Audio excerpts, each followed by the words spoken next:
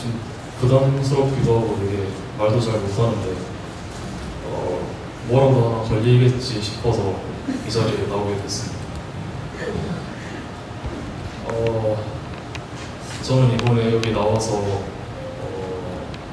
이 자리 앞에서 말하고 싶은 것은요, 하나님이 우리 영광스러운 교회에게 진정으로 원하는 게 뭘까라는 주제로서 이 앞에서 얘기를 드리려고 합니다.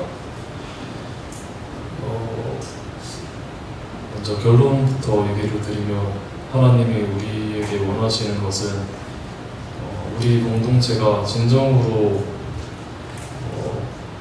하나님이 주시는 그 평안을 온전하게 누리는 것이라고 생각을 합니다.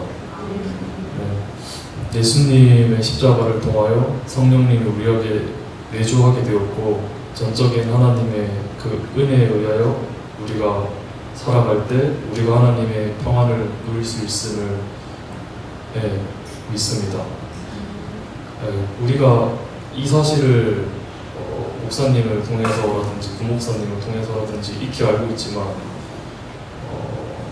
왜 이 은혜가 실체가 되지 않을까라는 생각을 또 해봤던 것 같습니다. 저희 개인적인 입장으로는 하나님 앞에서 철저하게 어린아이가 되지 못했던 그게 원인이 아닐까 생각이 듭니다. 어린아이는 정말 순수한 결정체 그 자체인 것 같습니다. 머리가 크면 클수록 오만해지고 교만해지고 하나님 앞에서 계산적인 모습으로 변해버리는 그 모습들이 저는 이게 문제가 있다라고 생각을 합니다. 저 개인사에 대해서 좀 말씀을 드리면, 저는 하나님 앞에서 교회 공동체 일에는 솔직히 크게 관심이 없었던 것 같습니다. 교회 공동체 일보다는 저에 국한된 것들이 더 중요하다고 여기며 살았던 것 같고요. 저 하나 보살피기도 되게 벅찼던 것 같습니다. 그런데 요즘 설교 말씀들은 저의 생각과 완전히 역순으로 흘러가는 듯한 경향을 보였는데, 그런 목사님이 하시는 말씀들을 듣고 생각해 보면서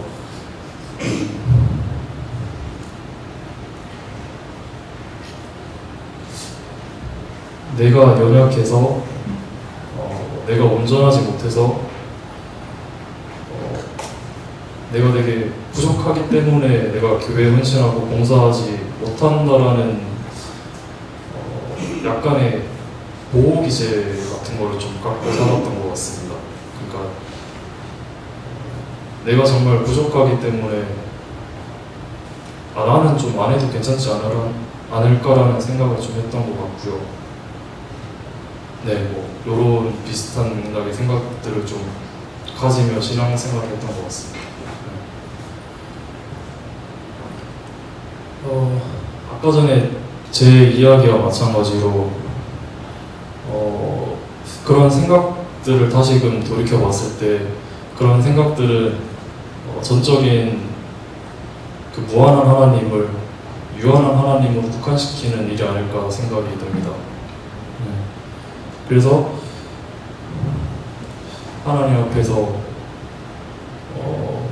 계산적으로 하나님 앞에서 계산적으로 생각을 하고 그냥 내 기질과 내 생각들이 들어가 있다는 그런 것들이 다 하나님 앞에서 진짜 헛되고 쓸데없는 것이라는 생각을 또 해봤던 것 같습니다. 정말 이제 개인의 성숙이라는 게 이제 단체적인 성숙으로까지 이어진다는 것을 부정하지는 않지만 개인의 성숙에만 초점을 맞추고 신앙생활을 하는 것은 다시 한 번 더 생각해 볼 필요가 있을 것 같습니다. 네, 이상입니다.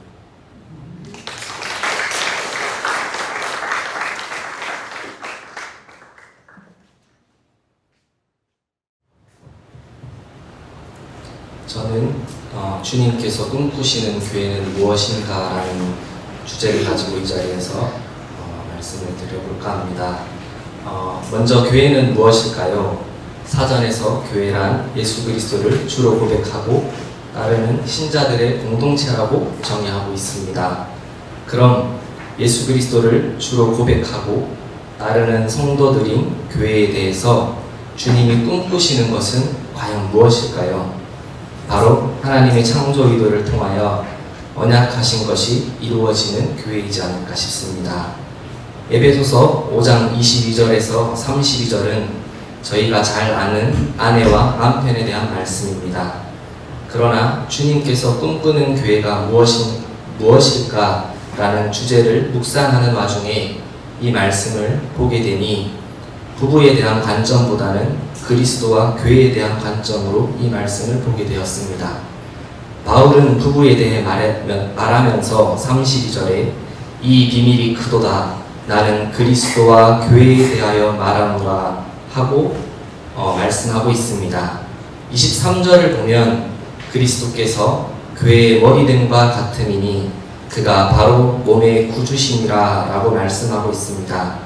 그리스도께서 교회의 머리 되심과 더불어 몸의 구주이심을 말하고 있습니다.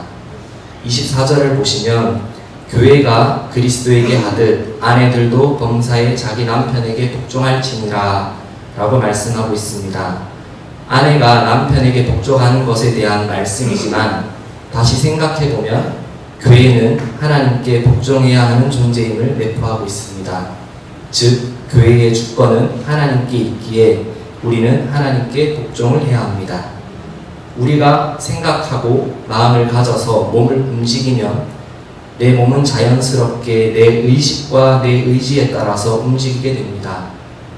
몸이 내 생각을 따르려고 애쓰지 않아도 정상적인 몸이라면 자연스럽게 내 의지에 따라 움직이게 되어 있습니다.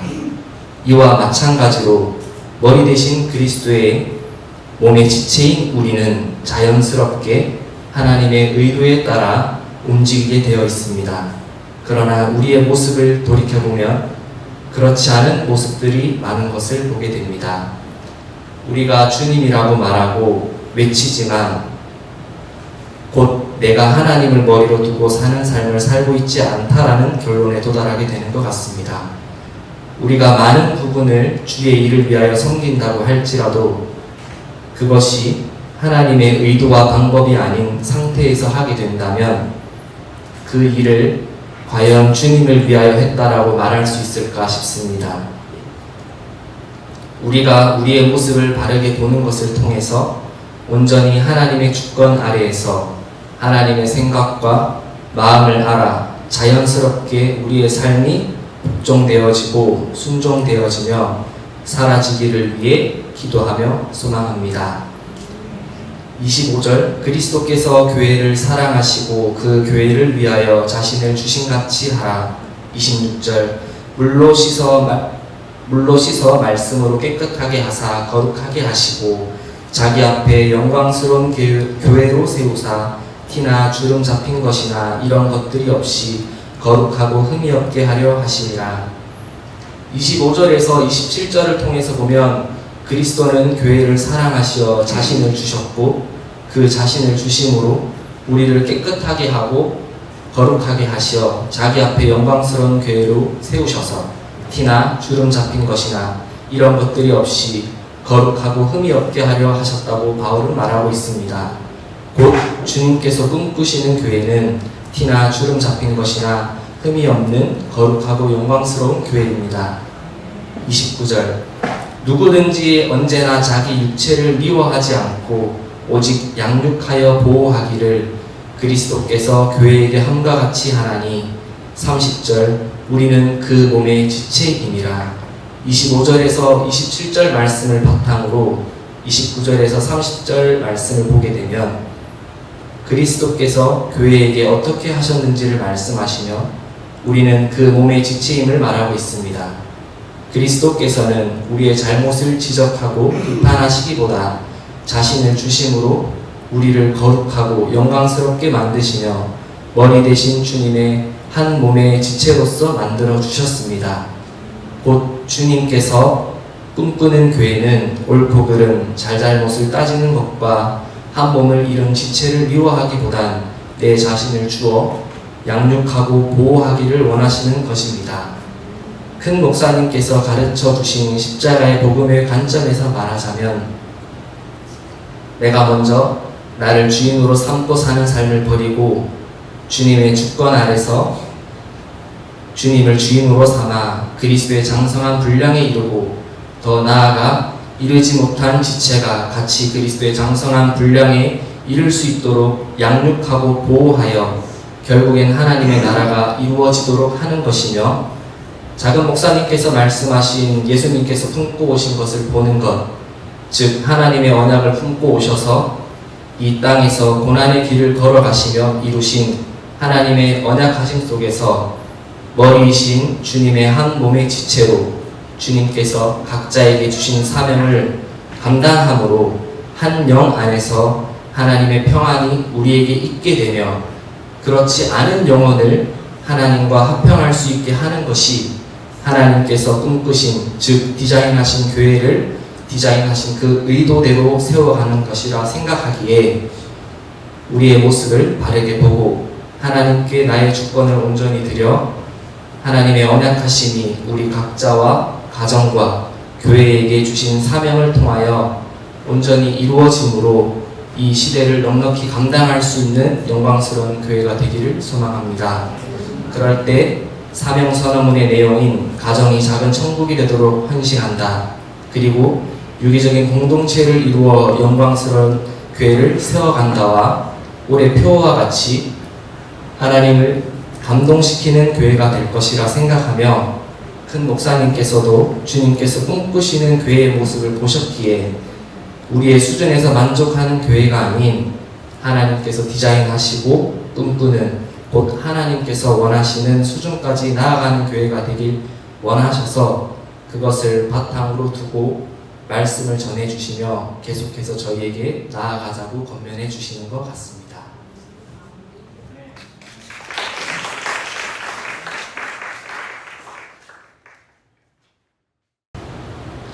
원래 세 번째가 나영자매 순서인데 제가 듣다 보니까 효원 형제님이 말씀하신 게 제가 준비한 내용이랑 굉장히 비슷하더라고요. 그래서 양해를 구하고 먼저 나왔습니다. 저희 집에는 20년도 더 된 제가 초등학교 1학년 때 만든 가족신문이 아직도 있습니다. 선생님께서는 모든 내용을 자유롭게 하되 가훈은 꼭 적으라고 하셨습니다. 가훈은 그 집안의 가치관으로 어른들은 자녀들에게 가훈을 가르쳐 지키게 하고, 한 가족이면 함께 동일한 가치관과 교훈을 가지고 살아가게 됩니다. 또 하나의 큰 가족인 교회도 마찬가지입니다. 우리는 하나님 아버지 아래의 형제 자매 한 가족이며 한 가치관을 가지고 살아가야 합니다. 우리가 가져야 할 가치관은 하나님의 창조의 목적이며 십자가의 복음입니다. 이를 묵상하다가 떠오른 것이 바로 우리 교회의 사명선언문입니다. 우리는 매주 사명선언문을 외치며 다 함께 같은 방향을 바라보며 나아가는 공동체임을 고백합니다. 그래서 이 시간 사명선언문을 통해 우리 교회의 아름다운 모습들을 나누고 싶습니다. 첫째, 영광스러운 교회는 하나님을 닮고자 하는 목마름이 있는 교회입니다. 영광스러운 교회 사명선언문 1. 우리는 하나님의 성품에 참여하여 그리스도의 형상에 이르기에 힘쓴다. 하나님의 성품에 참여한다는 것은 하나님과 연합함으로 주와 깊이 있는 교제와 사귐을 누린다는 것입니다.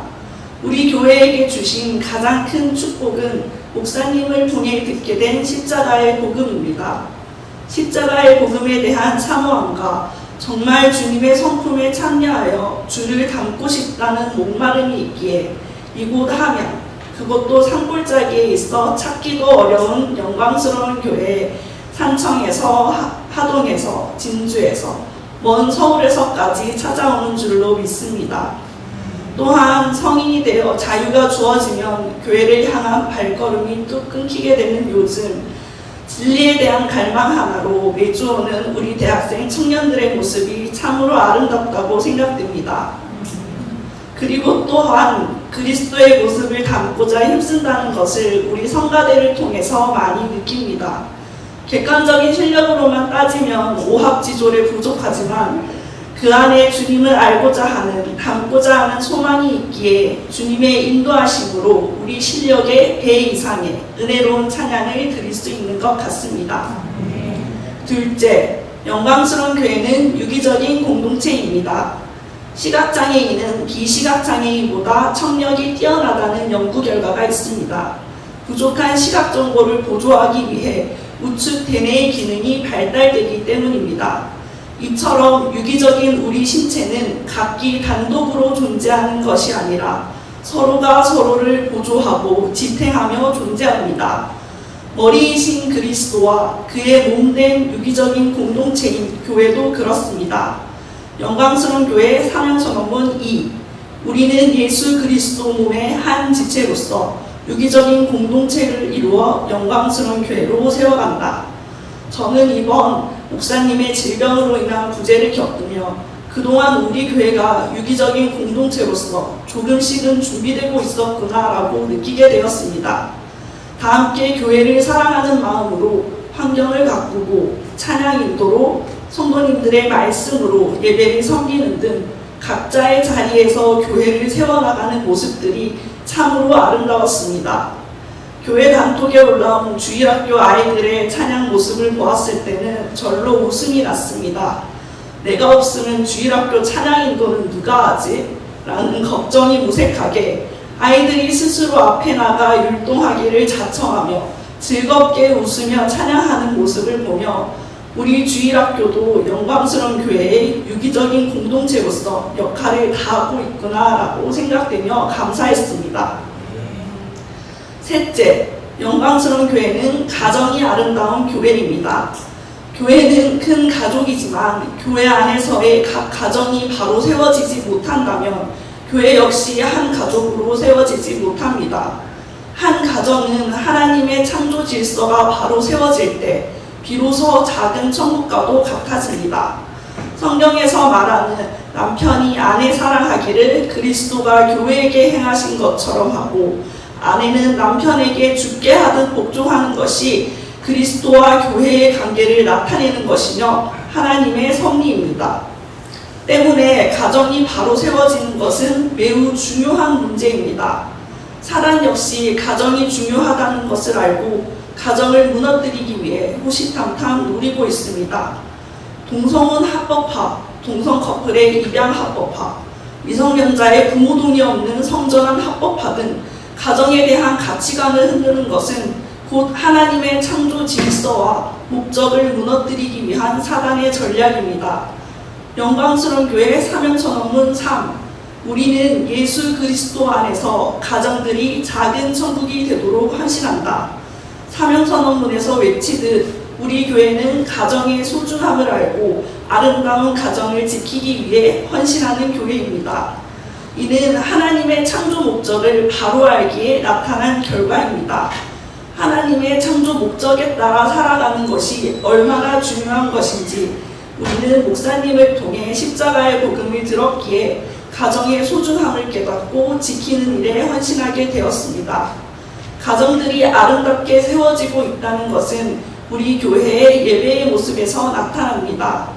어린 유치원생부터 노년의 어르신까지 전 세대가 함께 예배드리는 모습은 요즘 시대에 정말 보기 드문 아름다운 모습입니다.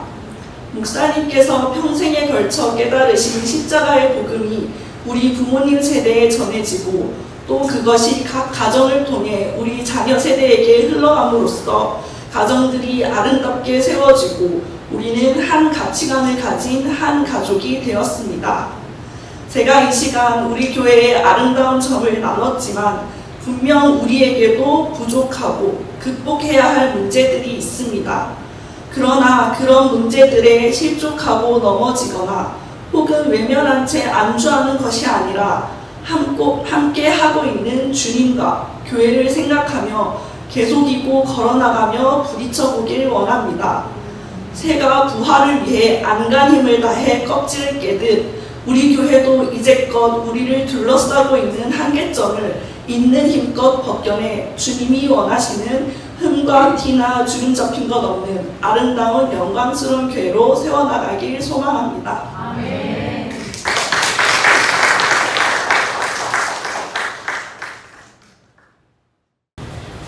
우리 교회의 아름다운 모습이라는 주제를 받고 우리의 교회에 처음 와서 아름다운 모습이 무엇인지 고민하다 보니 섬기는 모습들이 참 아름다웠다라는 생각이 들었습니다. 주명제님께서 저를 교회를 인도하기 전 종종 교회의 밥부터 풍경 또 때로는 교회 행사들로 인한 소중한 추억들을 이야기하곤 하였습니다. 교회를 접해보지 못했던 저에게 그저 어느 회사 시스템 같은 느낌이 받았고 그 가정들 속에서 그냥 그런 행사가 있나 보다라고 생각을 했는데 교회를 나와보니 그저 형식적인 시스템이 아닌 섬김을 통한 소중한 추억들이었다는 생각이 들었습니다.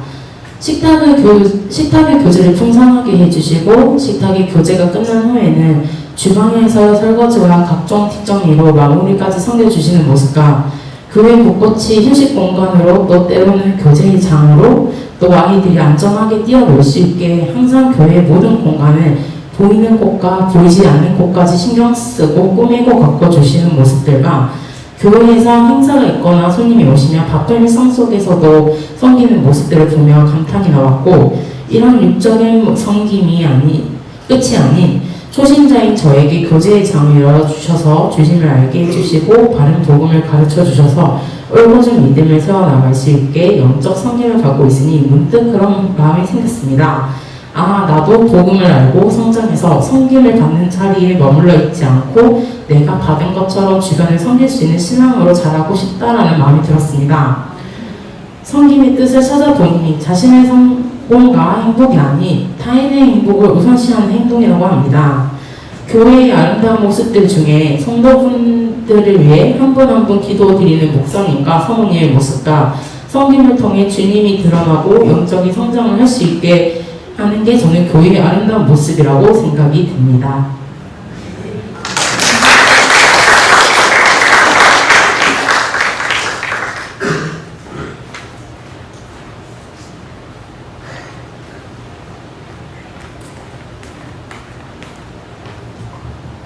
한서희님이 래퍼인 줄 알았어요. 너무 빨리 읽어가지고.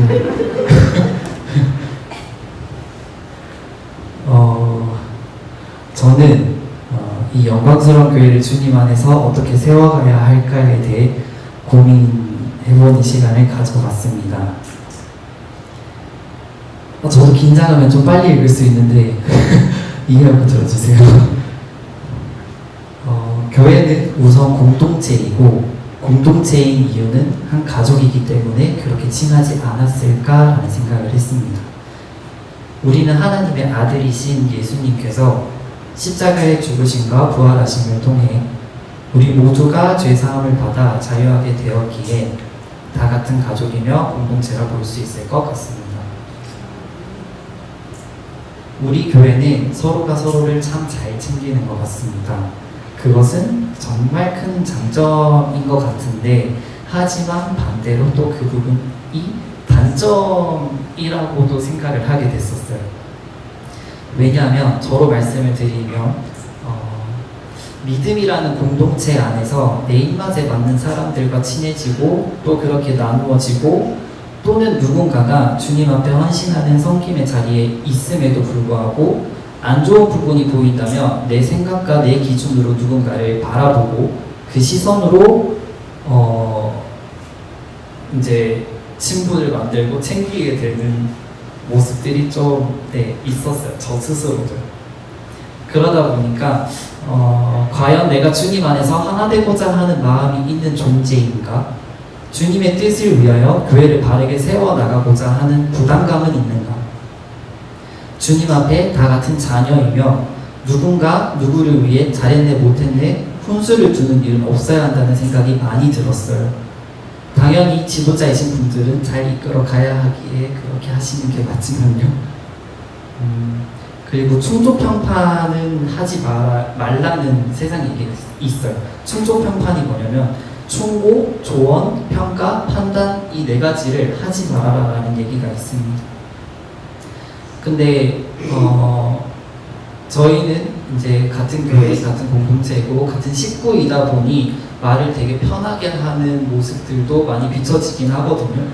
그러다 보니까 한 번씩 보다 보면 너 상처받아 하고 툭 던지듯이 말을 하는 경향이 좀 있어요. 다들 그렇게 하시진 않겠죠.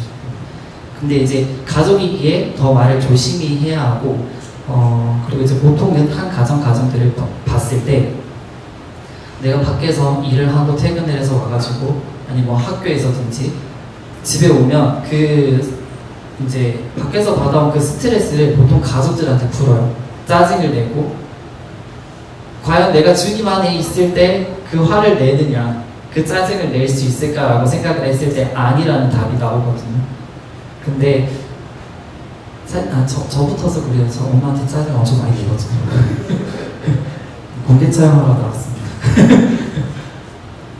그러다 보니까 계속 말씀을 드리는 부분이지만 교회라는 이 공동체 안에서도 식구이기 때문에 그만큼 오래 봐왔고 그만큼 편하기 때문에 말을 되게 어떻게 보면 함부로 한 그런 모습들이 좀 비춰지는 것 같아가지고 얘기를 좀 하고 싶어서 나왔습니다. 그러다 보니까 이제 서로에게 상처 주고 반복되다 보니까 결국은 그 말들은 그 말을 들은 사람은 자꾸만 그 사람과 멀어지게 되고 거리감이 생기고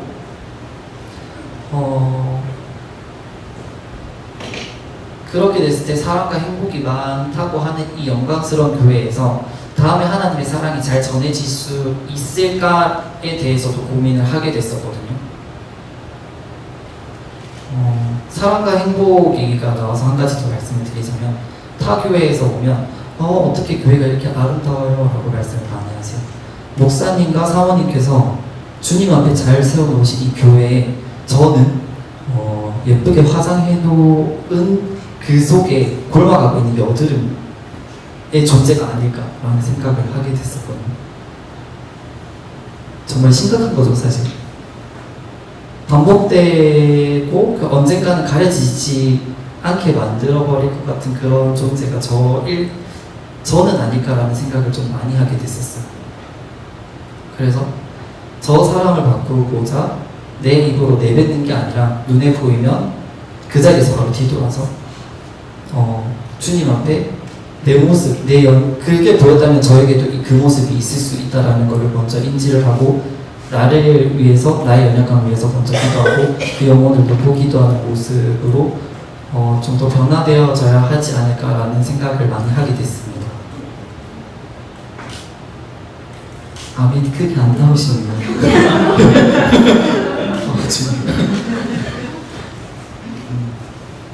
사실 그 부분이 쉽진 않을 것 같아요. 분명한 건 이거는 하나님으로부터 바뀌어졌을 때 변화되어질 수 있는 부분들이라고 생각을 합니다. 2007년도쯤 목사님께서 읽으라고 나눠주신 책이 있어요. 주 안에 거하라라는 책이 오래되신 이렇게 다니셨던 분들은 다들 집에 한 권씩 있으실 거예요. 그걸로 요즘에 이제 권사님과 교제를 나누고 있는데 거기 안에 내 의와 하나님에 대해서 나옵니다. 하나님의 의로 말미암아 살아감은 내 안에 주님의 의로 살아가는 것이고 맞죠? 죄송해요. 네. 하나님의 의로 말미암아 살아감은 내 안에 주님의 의로 살아가는 것이고 내 의를 위해 살아감은 하나님 앞에 쓸모가 없는 그런 의라고 볼 수가 있을 것 같습니다. 결국은 이게 내 의를 위해 살아가면 영화 목사님께서 말씀하셨듯이 그거는 고생이라고 정리를 할 수 있을 것 같고 하지만 내 의를 비우고 하나님의 의로 말미암아 살아감은 내 안에 주님이 계시기에 그 어떤 일들이 닥쳐도 고난이 있고 그 뒤에 내게 유익이라는 고난이 내게 유익이다라고 말씀하셨던 것처럼 쓸모없는 게 아니라 쓸모있게 되어진다는 것이죠. 이처럼 내 의로 이 아름다운 영광스러운 교회를 화단 속의 여드름처럼 만드는 것이 아니라 언젠가는 터져버릴 여드름처럼 만드는 것이 아니라 하나님의 의로 예쁘게 잘 가꾸어져 더욱 성장하는 영광스러운 교회가 되었으면 좋겠습니다라는 말씀을 전하고 나왔습니다. 감사합니다.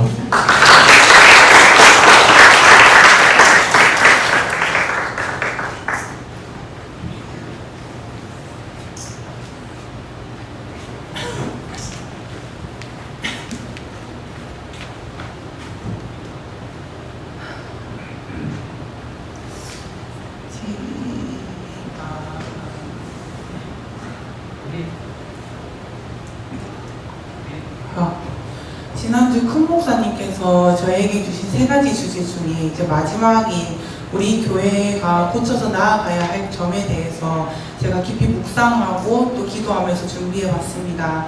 어쩌면 권면과도 같은 말씀으로 들리실 수 있겠지만 우리가 같은 지체로서 한 영을 믿는 가족으로서 애통하면서 결국엔 주님으로 말미암아 변화될 우리를 기대하면서 들어주시기를 간절히 부탁드립니다. 오늘 말씀의 키워드는 주님의 관점입니다. 우리 교회가 현재 많은 외부인들로부터 사랑이 많고 헌신이 많은 아름다운 교회라는 평가를 받고 있습니다.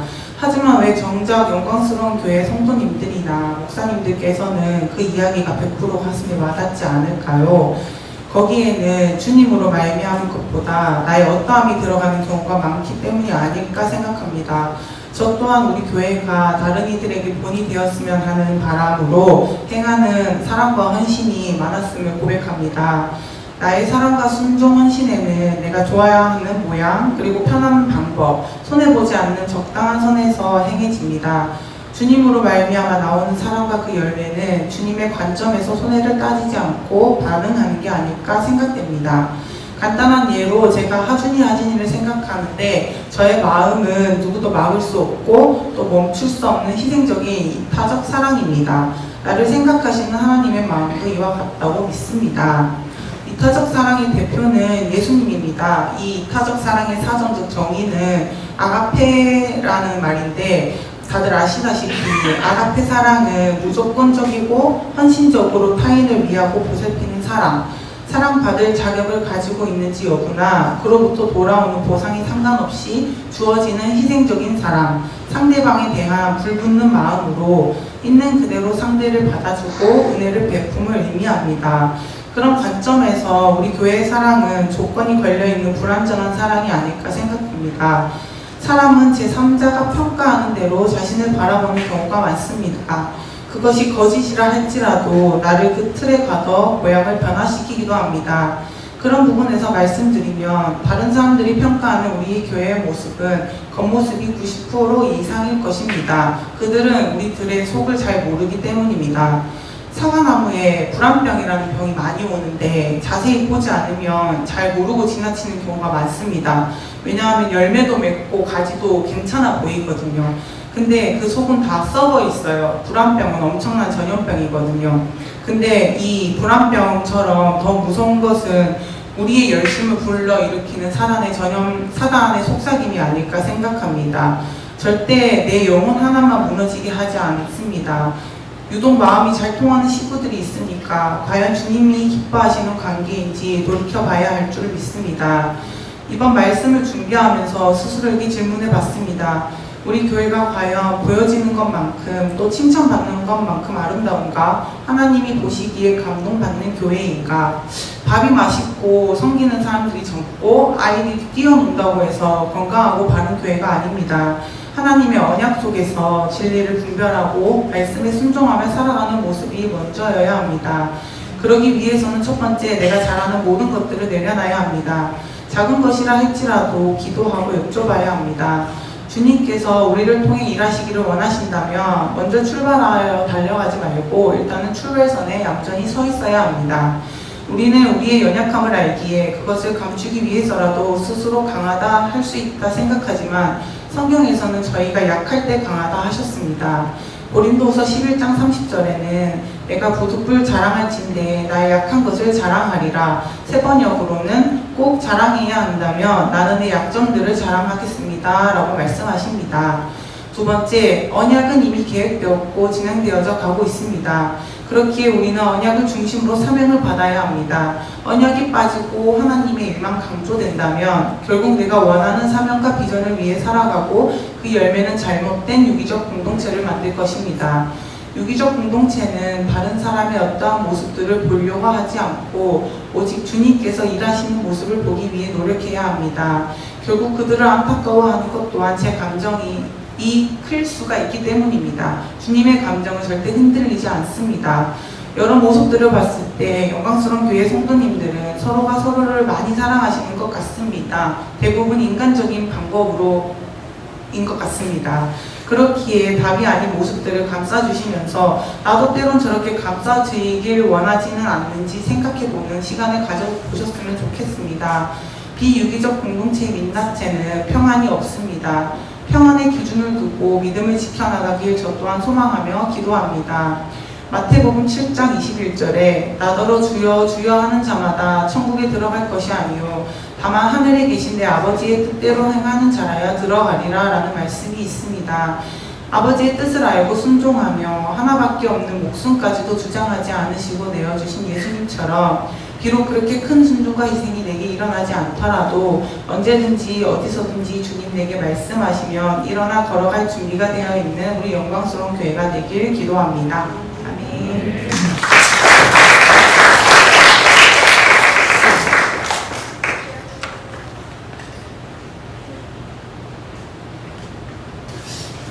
겉은 멀쩡한데 소리가 잘 안 나요.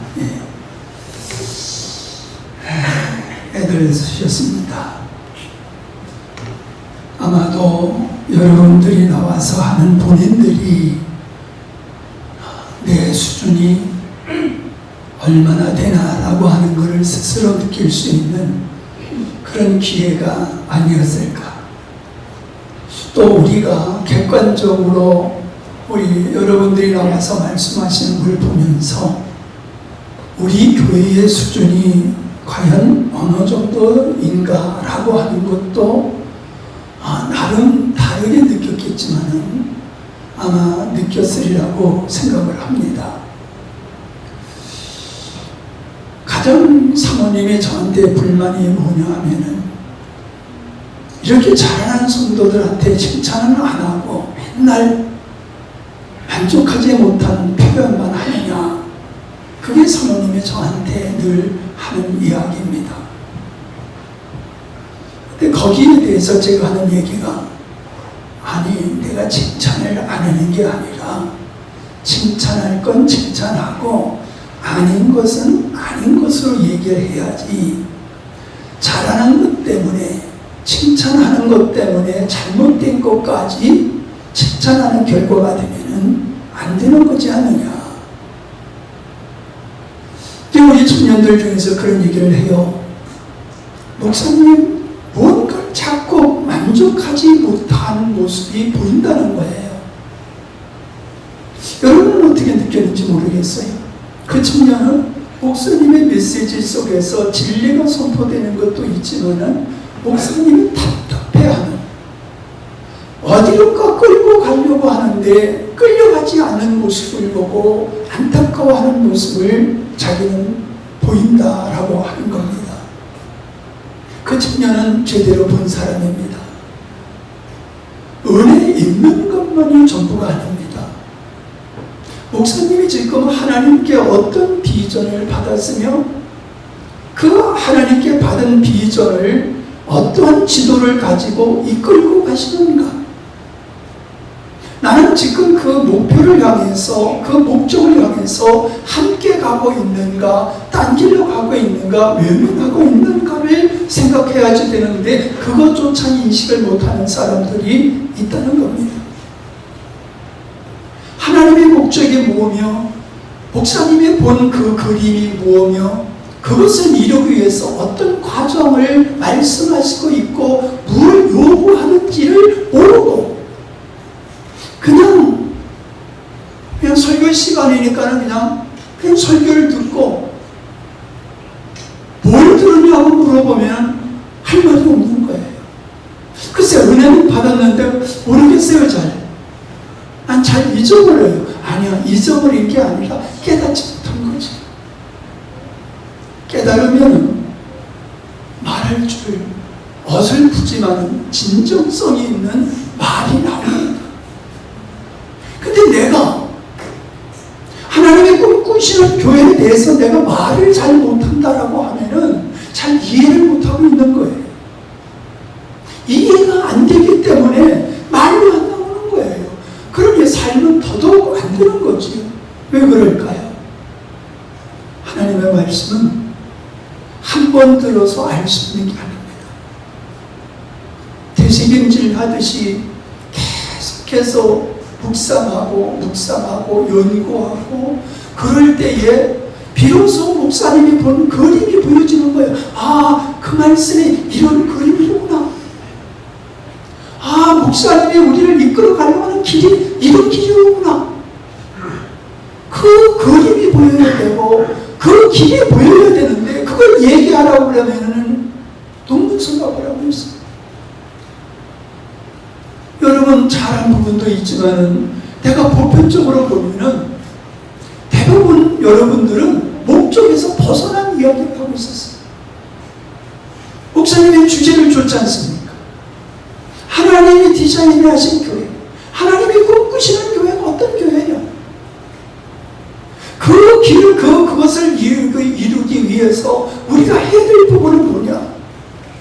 그걸 이루고 잊지 못한 문제점이 뭐냐? 그걸 얘기하라고 했는데 자기가 하고 싶은 얘기를 하는 거예요. 얼마나 말하고 싶었으면 이런 기회를 주니까는 자기가 하고 싶은 얘기를 했겠습니까? 그렇게 이해하려고는 안 되는 거예요. 뭘 알아듣는 거예요? 지금 목사님이 뭘 요구하는지 조차를 모르고 나와서 그냥 내가 하고 싶은 얘기하고 들어가는 거예요. 그게 왜 그래요? 평소에 말을 안 했던 거예요. 평소에 내가 연구하고 평소에 그걸 사람들과 서로 나누고 그런 나눔 속에서 내가 잘못된 것이 무엇인지 잘못 생각하고 있는 것이 무엇인지 잘못된 그림이 무엇인지 부족하신 것이 무엇인지가 드러나야 되는데 그런 걸 한 번도 얘기해보지 않다 보니까는 그냥 자기식으로 얘기하고 이게 맞는 얘기인지 틀린 얘기인지도 모르고 그냥 얘기하고 들어가는 거예요. 여러분 적어도요 내가 깨달은 말을 하면은 성도들이 동의를 해야 됩니다. 감동을 받아야 돼요. 아 그래 맞아. 아 그래 저거야. 근데 나는 열심히 얘기하는데 성도들은 별 관심이 없어. 감흥이 없어. 반응이 없어. 왜 그래요? 지금 뭔 얘기하고 있는지 본인이 얘기하는 것도 본인이 모르는 얘기를 하고 있다는 느낌이 들기 때문에 그러는 거예요. 안 해보니까 그러는 거예요. 해봐야지 내가 지금 말하고 있는 것이 제대로 알고 있는 것인지 이거를 분별할 수 있는데 안 해보다 보니까는 그런 걸 모르는 겁니다. 내가 여러분들에게 말씀을 서로 나누라. 한번 들은 말씀을 끝내지 말고 이 말씀을 가정에서 먼저 가족끼리 나누라. 얼마나 제가 강조를 합니까? 근데 여러분 그렇게 하고 계십니까? 안 하고 계시잖아요. 물론 하시는 분도 있겠죠. 그러나 목사님이 왜 그렇게 강조를 하느냐라고 하는 걸 이해를 하고 이해를 하려고 해봐야지 알겠지. 근데 해보지 아니하니까는 목사님이 왜 그토록 강조하는 조차도 모르고 그냥 넘어가는 거예요. 목사님이 일일이 점검하는 거 아니잖아요. 집사님 하셨어요? 물어보는 거 아니잖아요. 해도 모르고 안 해도 몰라. 그래 넘어가. 목사님이 전파한 그 복음의 진리는 사람의 지혜와 지식으로 알 수 없는 것이라고 했어요. 성령으로만 깨달은 것이라고 그랬는데 그렇게 쉽게 깨달을 수 있는 게 아니란 말이죠. 그렇다고 하면 내가 얼마나 힘쓰고 애쓰고 성령을 의지하면서 목사님이 그렇게 실험하고 깨달은 말씀을 전했으니 나도 목사님이 그걸 깨달은 것만큼의 더 갑절의 수고와 노력을 해야지. 이게 그거로구나. 이게 그 말씀이 이 돼야 되지. 그게 내 것이 되어지고 내 말로 나오게 되어지고 그리고 삶으로 이게 이루어질 수가 있는 거란 말이에요. 저는 예수님을 믿는 것은 천국 가기 위함은 아니다라고 증거했습니다. 처음 들어보는 얘기 아니지요? 여러분도 그거 맞다고 생각하지요? 근데 제가 봤을 때는요, 여러분도 똑같은 그런 자리에 있어요. 왜 그렇게 판단을 하냐 하면은 천국 가는 게 목적이 아니라고 하면 그럼 무엇을 목적으로 여러분이 예수를 믿느냐라고 하는 질문을 또 받아야 됩니다. 우리가 예수를 믿는 목적은 천국이 아니라고 하면 하나님으로 바뀌어져야 되는 거거든요. 하나님으로 우리의 신앙의 삶의 목적이 바뀌어진다는 것은 하나님의 창조 의도와 주님이 원하시는 것이 내 인생의 목적이 되게 된단 말이에요. 그게. 근데 그건 아니란 말이에요. 나는 천국 가는 게 목적이 아니야 하면서도 나는 하나님의 관심사에 관심이 없어요. 신앙생활은 관람형이 아니다. 필드형이다. 제 생산성 있는 것이 다른 신앙이라고 하면 아멘을 하는데 제 생산은 안 하고 있잖아요. 제 생산에 의욕이 없잖아요. 그러면 뭐예요? 여전히 여러분은 관람형의 신앙이에요. 그러면서도 나는 목사님이 선포하는 그 진리의 말씀을 나는 아멘했기 때문에 동의했기 때문에 나는 이기주의도 아니다. 인본주의도 아니다. 나는 철저히 신본주의다 라고 착각하고 있는 거예요. 정말로 신본주의 신앙이라고 하고 하나님의 목적이라고 하면은 그가 가져야 관심이 있고 관심사가 하나님이어야 되고 하나님의 아들을 보내시고 예수님이 십자가를 지시고 성령을 보내주시며 오늘도 우리들의 삶 속에서 일하고 계시는 그 일에 우리가 관심이 있어야 되는데 거기에 관심이 없단 말이에요. 오늘 청년들이 보편적으로 잘 있어요. 여러분들 내가 생각했던 게 그거거든. 이거 띄고 저 안에 있는 거 보이게 해요. 예? 사명선언문을 예배 후에 늘 하는데 과연 우리 성도들이 우리가 주기도문을 사도신경을 하면서 그 의미를 누리면서 하고 있는가라는 질문과 같이 저 사명선언문의 깊은 의미를 우리 성도들이 알고 정말로 그 하나하나에 깊은 관심과 그런 갈망을 가지고 있는가? 내가 봤을 때는 아니에요. 그냥 주기도문을 하듯이 그냥 하고 끝나는 거예요. 제가 봤을 땐 그래요. 왜 그래요? 힘쓰지 않냐는 거예요. 사명선언문이 내 삶의 신조가 되어야 되고 그것이 나의 삶을 살아가는 어떤 기준이 되어야 되고 목적이 되어야 되는데 서럽단 말이에요. 물론 그런 중에도 어느 정도 열매를 있는 분은 맞습니다. 전혀 없는 것은 아니에요. 내가 지난주에 아주 보란병이라고 해서 불안병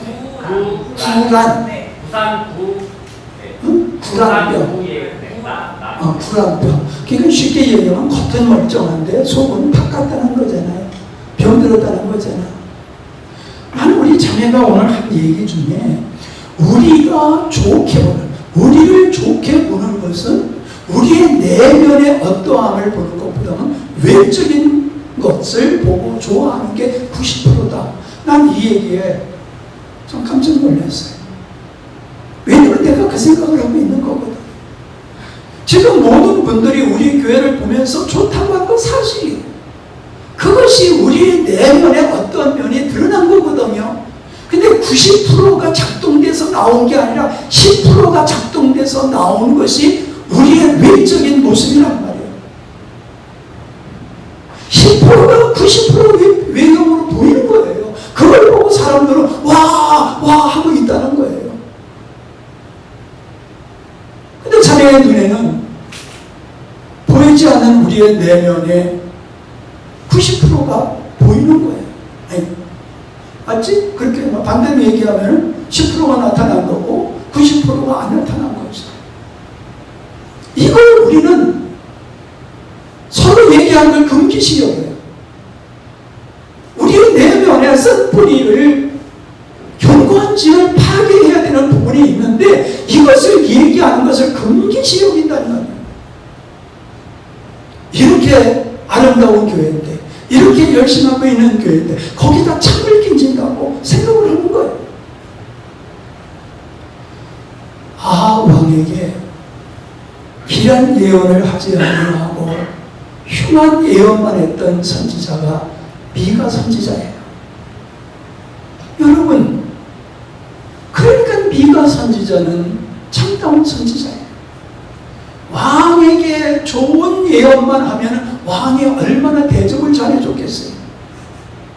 얼마나 대접을 잘해줬겠어요. 그런데 이 선지자는 하나님의 주신 말씀을 전하면 꼭 재수없는 얘기만 하는 거예요. 재수없는 얘기. 그러니까 왕이 미가 선지자를 싫어하고 멀리했던 겁니다. 그러나 그 주변에는 대부분의 선지자들은 왕에게 아부한 거예요. 아부한 거예요. 그저 먼저 착보고 알아서 아비 원하는 게 뭔지를 먼저 알고 그걸 예언해 버리는 거예요. 그러니까 아합은 기분이 좋고 그들을 선대했을 수밖에 없지. 여러분, 어떤 선지자가 이 시대에 필요하다고 생각합니까? 왜 예수님은 왜 세례 요한은 맨 먼저 하신 말씀이 회개하라고 하는 기분 나쁜 말씀을 하셨습니까? 그래서 결국 예수님도 세례 요한도 일찍이 죽임을 당하지 않습니까? 하나님 편에서 전하면은 사람들이 싫어해요. 사람 편에서 전하면 사람들이 다 좋아해요. 그래서 오늘날 목사님들이 사람 편에서 좋은 얘기만 하니까 한국교회가 꼬라지가 뭡니까? 한국교회를 얘기하기 전에 여러분, 우리들의 모습을 한번 생각해 보세요. 정말로 여러분의 마음속에 하나님이 원하시는 그 영광스러운 교회, 하나님의 나라에 대한 갈망이 있습니까? 갈망이 있느냐고. 예수를 믿어도 평생 예수를 믿어도 전도 하나 못했다고 하면 기분 나쁘겠지요. 그래, 솔직히 한번 생각해 보세요. 내가 예수 믿고 진실한 영혼을 전도해서 그 진실한 그리스도인으로 제자를 삼는 일을 우리가 얼마나 했습니까? 아니, 얼마나 했느냐는 결과를 묻는 게 아닙니다. 얼마나 그런 관심이 우리에게 있었느냐를 내가 묻는 거예요. 결과는 하나님이 하시는 일이기 때문에 우리가 평가하기가 어렵습니다. 그러나 그런 마음이 우리에게 없다고 하면 우리는 인본주의적 신앙을 하고 있는 거예요. 갈라면 성도예요. 천국 가기 위해서 예수 믿는 건 잘못됐다고 하면서도 내가 그 자리를 가고 있으면서 그런 얘기를 하고 있는 게 우리들의 모습이라 이 말입니다. 제가 오늘 작정하고 이 시간에 여러분에게 강하게 말씀을 드리는 거예요. 좋게 좋다고 그냥 좋게 넘어가면 좋은 거지. 힘도 없는 목사님이 오늘 나와서 왜 그렇게 강하게 말씀을 드리냐 하면 여러분, 이대로 가면 안 됩니다. 지난주에 제가 그랬죠. 병아리가 생명 없는 결혼은 처음부터 썩어져 가지만은 생명 있는 결혼은 부화가 되려고 속에서 다 병아리가 된 다음에도 그걸 깨고 나오지 못하는 거예요. 여러분, 깨고 나오지 못했는지 나오기 싫어서 뭐 있다가 죽었는지 내가 물어볼 수가 없어요. 죽었으니 어떻게 내가 물어본들 그가 대답하겠냐 말이에요. 근데 분명한 건 둘 중에 하나일 거 아니에요.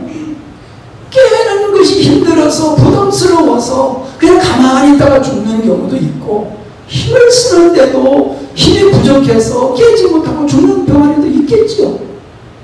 우리는 어떤 존재예요? 나는 지금 껍질을 벗겨야 됩니다. 껍질을 벗겨야 돼요. 옛사람에 속한 껍질을 벗기지 못하면은 부화되지 못하고 모든 모습은 다 갖추었지만 부화되지 못하고 죽는 병아리와 똑같을 수밖에 없습니다.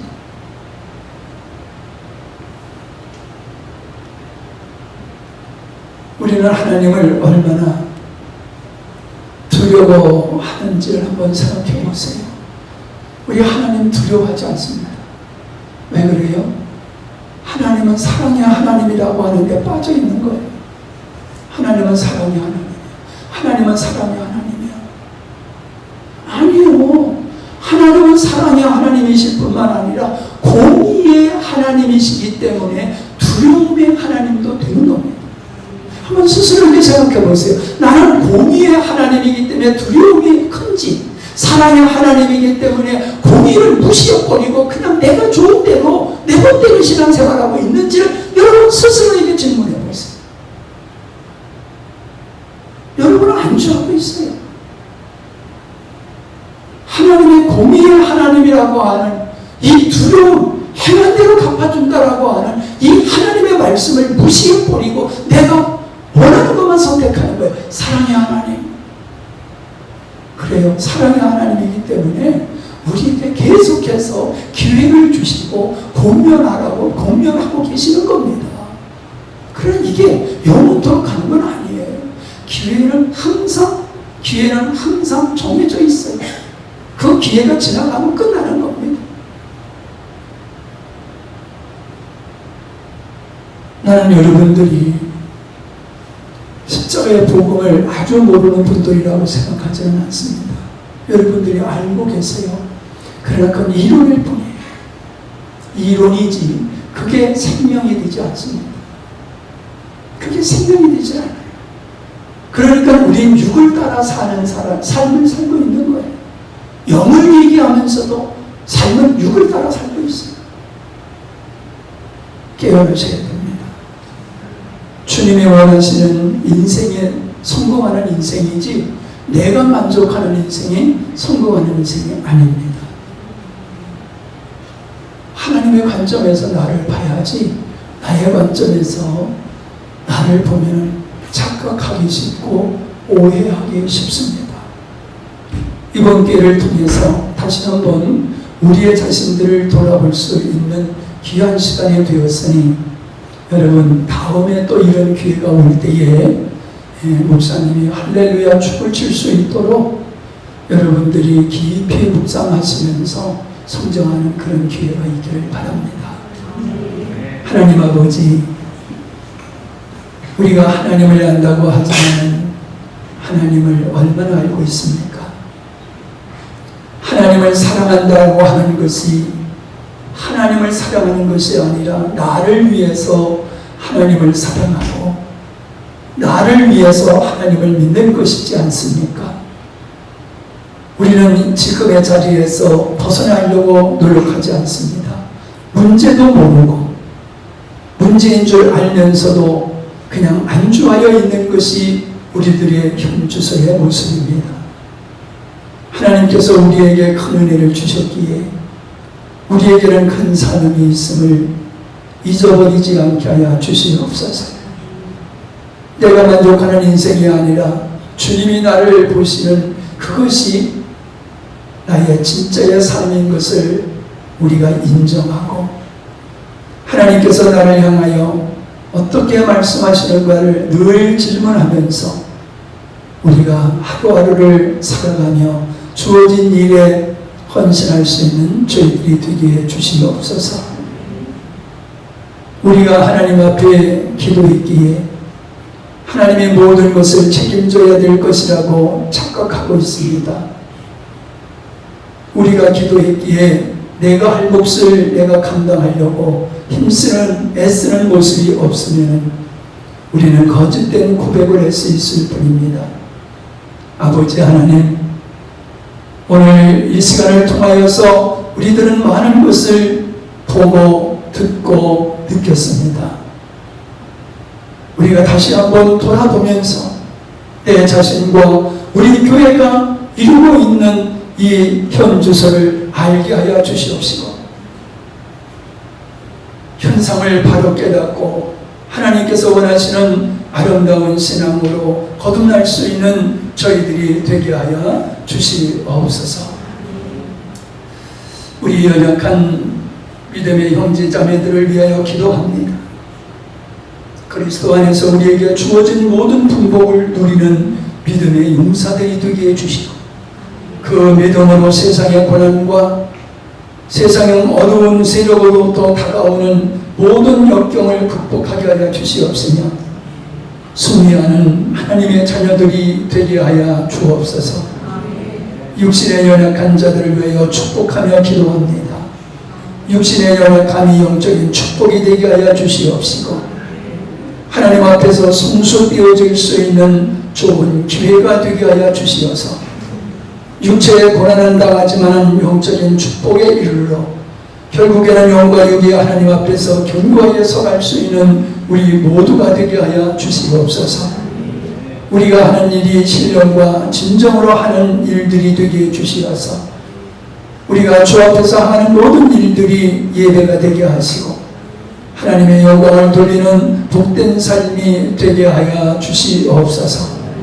눈을 들어서 우리의 자신의 속에 깊은 내면을 보게 하시고 변화되고 새로워져 온전케 되어지는 저희들이 되게 하여 주시옵소서. 예수님의 이름으로 기도하옵나이다. 아멘.